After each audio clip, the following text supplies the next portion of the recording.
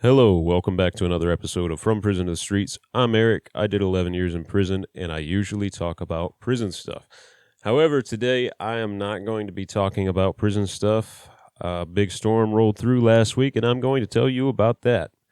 I put a thing up on my community tab a day or two ago asking if you guys wanted to know about the storm. You guys said yes, so I am going to tell you about that. I believe it was Friday last week around 5:30. We were under a severe thunderstorm warning.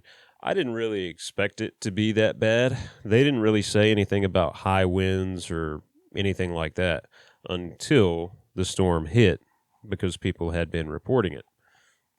Now, 5:30, the winds start picking up. The window in my studio starts rattling, which kind of tipped me off to, oh, that's kind of weird, right? So I looked out the back window on the house, and there were trees coming down. There was stuff getting moved around because of the wind. You can tell from the intro of the channel, I have a lot of trees around my house. So there was stuff snapping all around the house, and it was loud and it was violent. So I got in the center of the house. The weather report didn't say anything about wind, so I didn't know what was going on. I didn't know if it was a tornado or what. In Kansas, we get tornadoes all the time, so you never know. I didn't hear the tornado siren, though. But I crouched down in the center of the house, and I went through my weather app, took a look at advisories, the radar, etc. I didn't see anything about a tornado on the ground. And according to the radar that I was looking at, the storm was passing on the north side of town. And so I thought that I was going to head south of here, just in case anything fell on the house, I wouldn't be hit by debris. Now, it was just me and my dog at home. My wife and my son weren't here, so that was a good thing. But right as I was debating whether or not I should leave, a big tree came down in the backyard, hit the power line. There was a, huge spark, huge pop, and all the power went off in the house. I grabbed my dog. We hopped in the Bronco. We headed 10 miles south of town. The wind was so bad, it was 80 mile an hour, and it was so bad, it almost blew my Bronco over, which was pretty crazy. I have a full-size Bronco, a 1993. Of course, it is kind of top-heavy. It's lifted and stuff, but whatever. So we went out there. We waited for a while, and then we came back. When I got back, the tree that had hit the power line ripped the conduit off the back of the house that the power line goes down, to the meter box. We had no power, and that conduit was broken in half. It had ripped some trim and siding off the house, so that kind of sucked.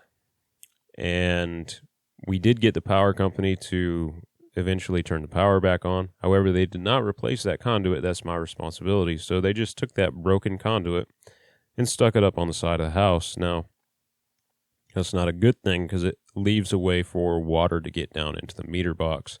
And it's pretty, it's a lot of current, a lot of voltage there. So you don't really want to leave it like that. So I'm going to have to fix that, but it's not a big deal. The conduit's cheap. I'm just going to have the power disconnected again soon. But it is what it is. You do what you have to. Now, around my area, a lot of people got hit a lot worse. There are a few places just east of where I live. Barns got blown over. Semi-trucks got blown over. Farm equipment taken out. According to Evergy, over 100 power poles were snapped in half, and 60,000 homes were without power. So, yeah, there's a lot of damage in the area. A lot of homes took a lot of damage. A lot of businesses took damage. Talking about farms and barns and tractors and stuff like that. That's stuff that people use to make a living out here. So that sucks, make no bones about it. My family and I got off pretty easy. We have our entire yard, which is about a third of an acre, is completely covered in brush. So I'm going to have to clean that up. I'm going to be working on that for a while. There's not a single bit of free space in the yard where there's not brush. So it's going to be a lot of work, but we got off easy compared to others. And in the near future, I'm going to have the power off again. But it is what it is, you know. Do what you have to do. But we're all good. We're all safe. So there's that. Anyway, that's just a short video recapping what happened.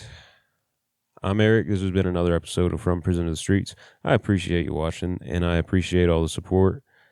And before I go, I wanted to give a big shout out to Eric Ginter for the $50 PayPal donation. Thank you very much. That means a lot to me. I really appreciate it, man. It's good looking out, man. I really appreciate it. It goes a long way to helping out the channel and stuff. So thank you very much. Now, with that, I'm Eric. This has been another episode of From Prison to the Streets. I will see y'all later. Break nation.